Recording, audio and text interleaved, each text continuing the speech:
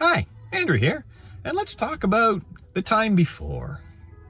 Let's do's the tell, the time before, the long, long ago, before Dumb and Dumber Blackface Hitler decided to tear Canada asunder, or at least Canadian society asunder, because he wanted a second majority government. He didn't like having the minority in power sharing with sock puppets sing.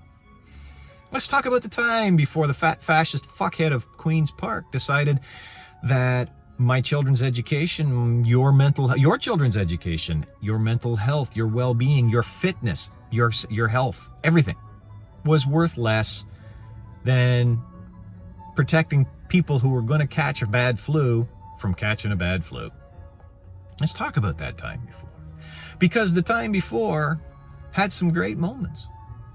I used to be in phenomenal shape. I've spent the last 9 months trying to recover some of the shape that I've lost due to the aforementioned fascist pukes.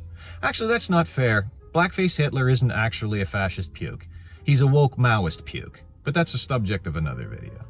Anyway, back in the time before, when I was going to yoga and hot Pilates 3, 4, 5 days a week, when I was in unbelievably good shape, especially for a man north of 50, one day I went to 6 a.m. hot Pilates, and there was a girl there who I actually literally watched her grow up in the yoga studio. I think she joined around 16, 17, and by this point she'd been there 5 years, so she'd gone from being a girl to being a young woman. We knew each other in passing. I mean, she'd be over there in the room and I'd be over there in the room. We had our spots. And one day, it was an early, and she was a really good yogini. She was great at the sequence. Wasn't a big Pilates person yet, and I was a little surprised to see her there. But anyway, I came in and I rolled out my mat and got ready for class, and I didn't even realize that she was there until later on, because instead of being way up at the front where she normally went, she rolled her mat out behind me to the side. And another young lady did same to the other side. And I thought this was curious. I really did. Because I sweat. Like, a lot. One of the teachers in the yoga studio took a picture of my mat after class. Hot yoga, remember, that's key. Hot yoga. 90 minutes of sweating in 40 or whatever it is degree heat. 105-ish degree heat. And there's a sweat puddle like 6 to 9 inches wide all the way around my mat. Now, my mat is sponge rubber. It absorbs sweat. And I'm on a hot yoga towel specifically designed to absorb like twice its own weight, or some ridiculous volume. And I'm still leaving Lake Andrew all around me. That's what I do. Hot Pilates was an hour class, and it wasn't quite as sweaty, but I had a woman come up to me after class and said, your sweat was flinging on me. Okay. What would you like me to do? She had no, what would you like me to do? It's a hot room and we're doing high intensity interval training. You want me to not sweat? I didn't laugh in her face, but it's like, seriously? Okay, thank you. And? Another time, I had rolled out my mat, and there was a mother and daughter behind me on either side. And my wife was somewhere off on the other side of the room. Wise lady. Wifey knew, don't be next to Andrew, because you're going to get... Because the water she's arising like the mighty Mississippi. Beware flash floods. So anyway, she overheard them in the change room after class saying, "Did you see that guy in front of us? Did you see how much he sweats?" And what I thought was peculiar was she didn't say, "Yeah, that's my husband." I don't know why. I'd have boasted about it. Here I am boasting it to my 3 viewers. Anyway, so that's the amount of sweat that I have. And this young lady went to one side and put her friend to the other side right behind me. Afterwards, after the class was done, I was teasing them a little bit. And I said, come on, and I can't remember her name. Friends don't let friends do hot Pilates at 6 a.m. She says, she wanted to come. And I said, but you put her down in the splash zone next to the sweaty, wrinkly old bald man. And, or no, the sweaty old, the sweaty, busted up old bald man. And she looks at me. What? I couldn't keep up. How can you do that whole class?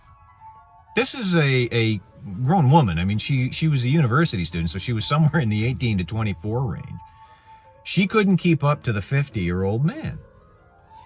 That's the level of shape I have been in for much of my life. Doing that has been a key component to living well. Staying in shape, exercising hard, comes with a raft of side benefits. It's better for your immune system. It's good for your sleep. It allows you to be not particular about your diet. Sometime I'll have to make a video telling you just how much crap I eat. I never in my life have watched what I eat. Other than if my wife put it in front of me, I watched where it was set down and I ate it. The old joke, I'm on a seafood diet, I see food and I eat it. That applies to me after 5+ decades. And I'm not fat, I'm not overweight at all. If anything, I could stand to gain a bit of weight. That vigorous exercise, being in tip-top shape, has allowed me that luxury. Immune system, sleep, keeps your stress under control, keeps your weight under control. Recovery from injury, recovery. If you got, I've written and posted extensively. I've racked my back, but as long as I keep it tuned up, I can go do 2 days of yard work without suffering a week of pain. All from staying in tip-top shape. The other thing that it does, and I was very interested to read just how important it is it keeps your mood up and it keeps your depression under control, to the point where vigorous exercise is diagnosed for mild clinical depression. I don't have mild clinical depression. Mine's severe. That's a different story. But it has the same effect. If your depression is here and the exercise pulls it down to here, and my depression is way up here but pulls it down to here, it keeps it more manageable. All this exercise. It's so healthy and it's so important. And the more I talk about it, the more I write about it, the more I realize that it has always been one of the key components to my living well, and especially of late, to navigating the gray mist of depression. Thank you very much for watching. That was my time. Now it's your time. And in the meantime, exercise hard, keep fit, take care of yourself, and you'll see me soon.